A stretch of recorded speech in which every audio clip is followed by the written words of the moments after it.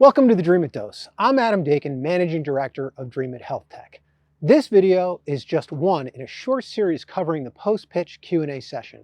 If there is investor interest after your pitch, this is where the real pressure testing begins. In my last dose, we covered the valuation discussion.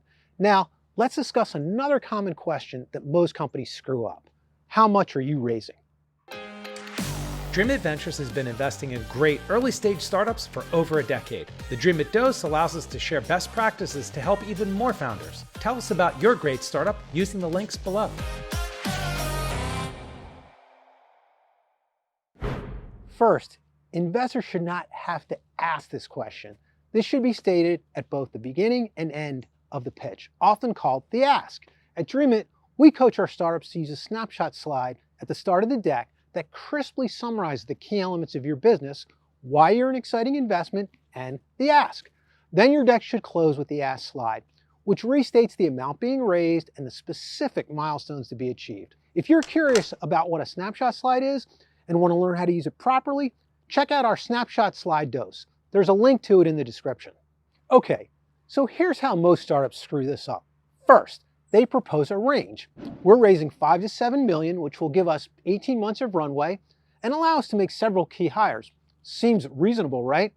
But this answer raises a few red flags. First, you are not raising a range. You are either raising 5 million or 7 million, but not anything in between. This is not a multiple choice question. This has become so ubiquitous that most investors look past it. Nevertheless, the size of the raise should be a single number based on a detailed operating plan and budget with defensible assumptions. When investors look at your projections, they expect to see cash requirements that align with a clearly defined set of time-based milestones. The operating plan and milestones for a $5 million raise can't possibly be the same as a $7 million raise unless you need $2 million of cushion, and that raises a different concern. But here's the more important takeaway. Investors fund value-creating milestones, not runway. Remember, time is not a fundable milestone. Those milestones must put the company in a position to raise more capital at a higher valuation or achieve an exit delivering venture-level returns. To be clear, the milestones determine the amount of runway needed, not the other way around. That said, assume it takes 6 to 9 months to raise an institutional round, so that additional runway should be part of your plan.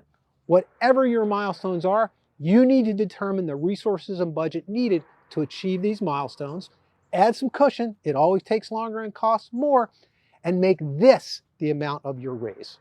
Now, it's not uncommon for investors to ask if you're willing to raise less than your stated ask. Maybe the fund has a thesis whereby they need to own a certain percentage of the company and can only achieve this via a smaller raise at a lower valuation.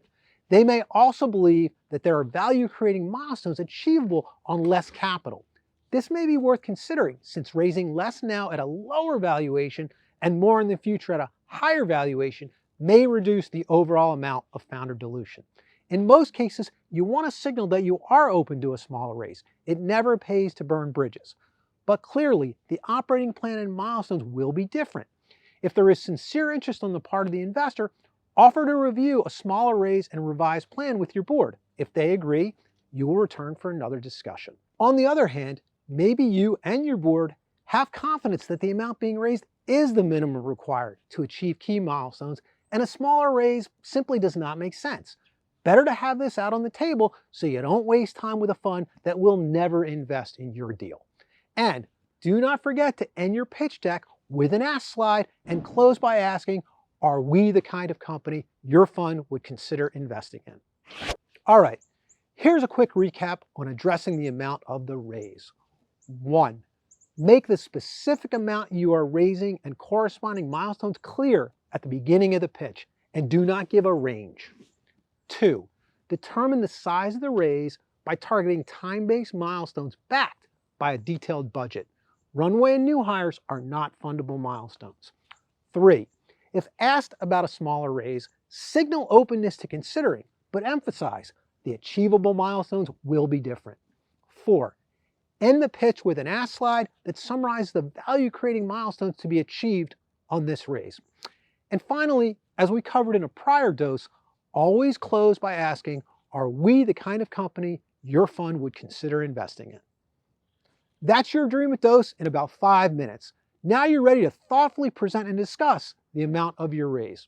Please leave your questions in the comments section, and if you found this video helpful, please like and subscribe.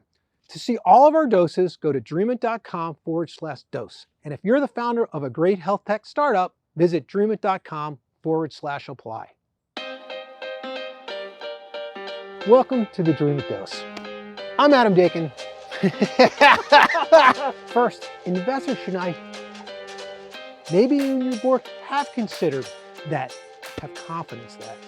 Please leave your questions and comments section in the comments section. Jeez,